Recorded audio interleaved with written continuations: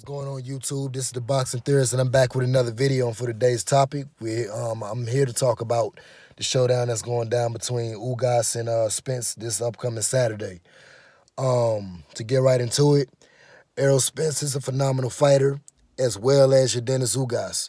Um, Ugas is more of the counterpuncher, okay? While you have Spence, who's more of the boxer puncher and the guy who likes to throw a lot of shots with high volume. Ugas, to me, starts off his fights at a slower pace, and actually, in my opinion, would rather continue to keep that same slow pace throughout the entire fight for as long as his opponent is standing in front of him. Well, you have Errol Spence. He can start off slow, but as the fight progresses, his work rate picks up and he starts to throw more and more combinations, okay, like Sebastian Fundora. And eventually he can overwhelm you with, shots. The only guy that I could think of who managed to sustain that high pace, that high level of a pace coming from Errol Spence was Shawn Porter. Shawn Porter kept up with Errol Spence. As a matter of fact, Errol Spence had to keep up with Shawn Porter that fight. Shawn Porter was really taking it to Errol, and he was actually boxing rather than just going above and beyond to try to overwhelm him, Spence himself. Porter was trying to outbox. He was actually showing signs of boxing, darting in and darting out, using some lateral movement and, really mixing it up with Errol Spence. When Errol Spence would think that, was expecting to firefight with Shawn Porter would box him, and vice versa. When Errol Spence expected to box with Shawn Porter would fight him, get in, and, get right back out. So, to get back on topic, you know what I'm saying? Errol Spence is a high-volume body puncher. He's great at going to the body. Derek James, his coach, is a big avid on that. He's candid on that. He wants him and the Charlos, you know what I'm saying? They're all machines when it comes to, and automatic when it comes to going to the body first and taking the head second. Pause. Going to the head second. So, yeah, man.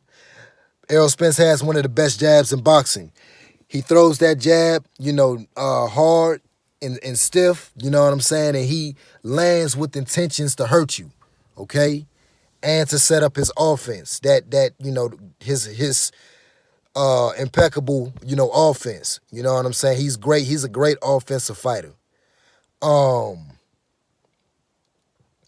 Yeah, as far as Ugas is concerned, man, Ugas has a good jab himself, but he uses his jab to as a fishing rod for the most part. You know what I'm saying? He looks to try to bait you into a mistake that he could capitalize off of. Creating countering opportunities and things such as that. He has his spots where he will initiate his offense of his own, but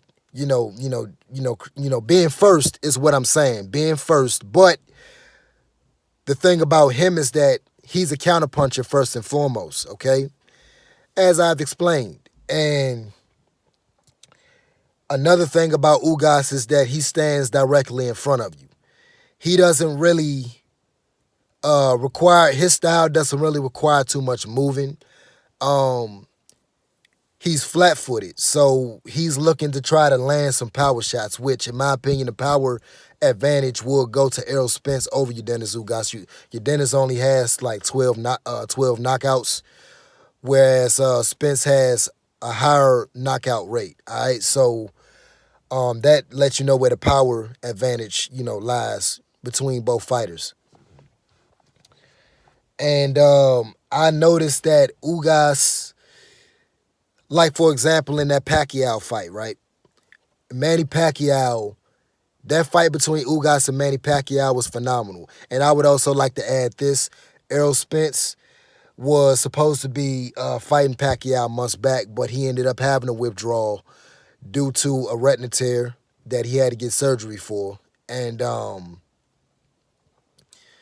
that was unfortunate for us boxing fans and for probably Pacquiao as well. But Spence got to do what he got to do, and he got to heal the proper way. So he did his thing there. You know what I'm saying? He did what he had to do. But Yordenis Ugas ended up having to be his replacement for Pacquiao. So Yordenis Ugas fought Pacquiao, and it made up for a great fight. Back and forth action. Manny and Ugas had their moments where they backed each other up. Ugas got the better of Pacquiao, which is why he ended up winning in the end. And it surprised me because prior to that fight happening, because of the fact that Ugas was the last minute replacement, I had Ugas losing. You know what I'm saying? Until I watched the fight. And I was like, man, Ugas is really looking to try to take this. And it ended up happening. I'm pretty sure Manny would have preferred that loss to be to Errol Spence, but things happen.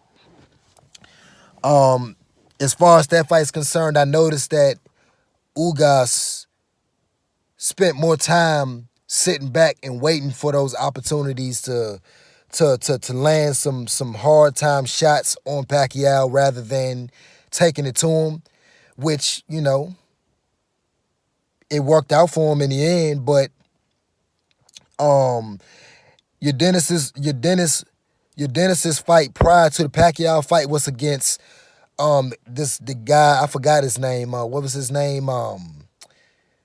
Ramos. Yordenis Ugas fought a guy prior to Pacquiao who was Ramos, and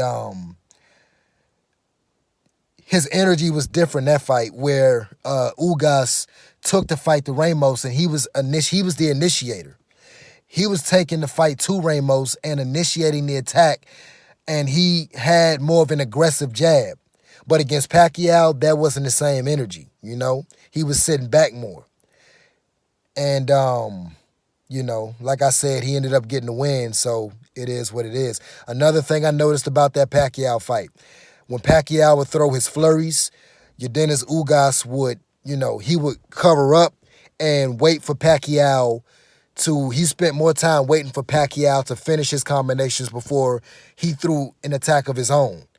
And would sometimes punch in between Pacquiao shots by throwing some jabs, some straight punches, you know, jabs and right hands, and would often land one of those awkward overhand hooks that he throws.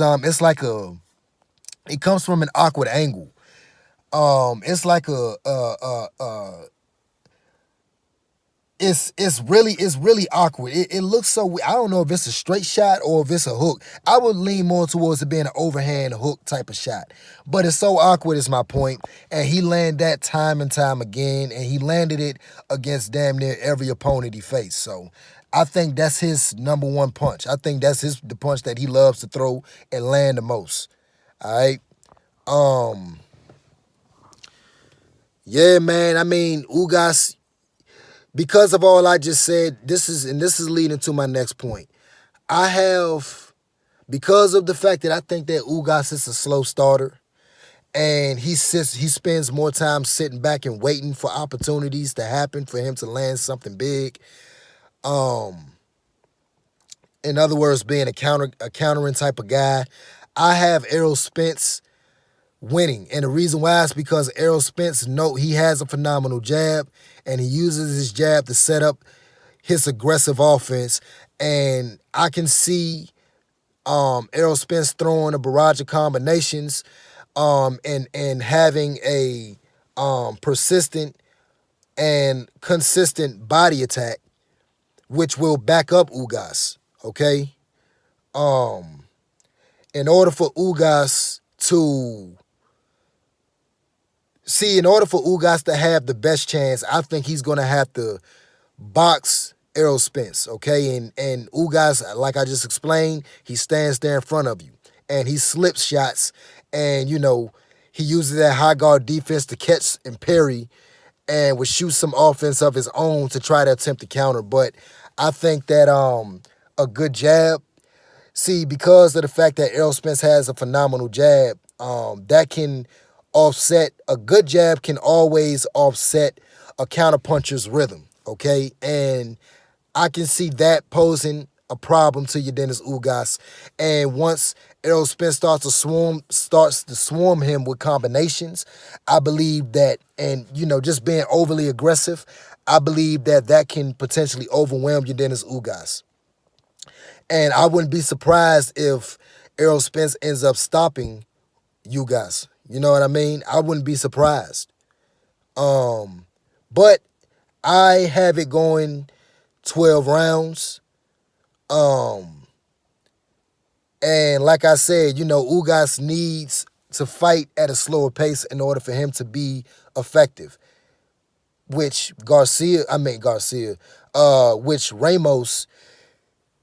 he was fighting, he spent more time fighting Ugas's fight. So I don't see Errol Spence doing that. I see Errol Spence is great at adapting. He can adapt to the style of whoever he's facing.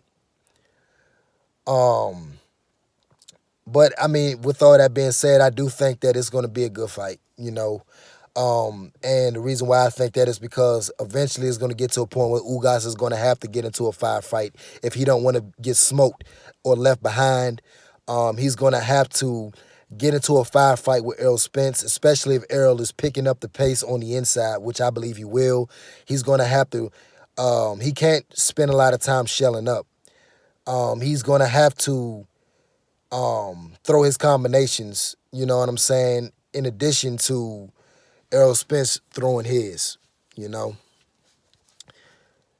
I believe that Errol Spence is the better inside fighter between the both based off of the tape that I've watched. Yordenis Ugas is better from the mid-range. That's where he can land a lot of those nice straight punches. Like I said earlier, he has a great 1-2. And he's even with me saying that he should, like as far as like him taking flurries from his opponents and shelling up, I will give Yordenis Ugas this. He does a good job of kind of like rolling and slipping, not keeping his head on the center line, and he has a good habit of turning his opponent, turning, spinning, pivoting, whatever you want to call it, and turning his opponent to force them to have to reset and, try to reestablish initiating their offense all over again just for him to do the same thing. And like I said, he'll have his moments where he, wait for you to finish your combinations. And then once you're done, he would throw some shots of his own, and will look to time you in between your shots. And I believe that's what he's going to have to do with Errol Spence, okay? Don't just sit there and take punishment. Don't feel overwhelmed. You got to firefight to give yourself the best chance. So if Errol Spence try to box with Ugas, that's just going to play in Ugas' favor. That's pretty much all I got to say, man, Oh, and another thing, I got to consider this as well. Errol Spence has had a long layoff, so we don't even know. I don't even know if he'll come in a bit, rusty and timid. Obviously, he'll have some ring rust, but how fast will, how long will it take for him to break through and, and finally get comfortable and situated and, get in rhythm? You know what I'm saying? That's the question that I have. We don't really know if Errol Spence is, if he's thinking about that eye injury, and if that eye injury is in the back of his head, where that may cause some timid action. And Errol Spence, he pegs me as the type of guy to where he's not really as timid. He don't peg me as a timid guy. He's a tough and rugged guy. You know what I'm saying? Tough as they come in the sport of boxing. So I believe Errol will be all right. You know what I'm saying? That's still something to consider, though. But I got Errol Spence winning. I got him, just outworking Yordenis Ugas. And like I said, if Ugas wants to, if he wants to increase his chances of coming out victorious, he's going to have to get into a firefight with Spence, especially if Spence starts out getting outboxed. Okay, Spence is that type of fighter to where he's willing to take shots to give his own. And that's where I believe Ugas may have some problems because, like I said before, Spence is clearly the better inside fighter. But that's all I have to say, y'all. I want to know what you guys think. Please like, share, and subscribe. All right? And comment below. Love y'all. Peace.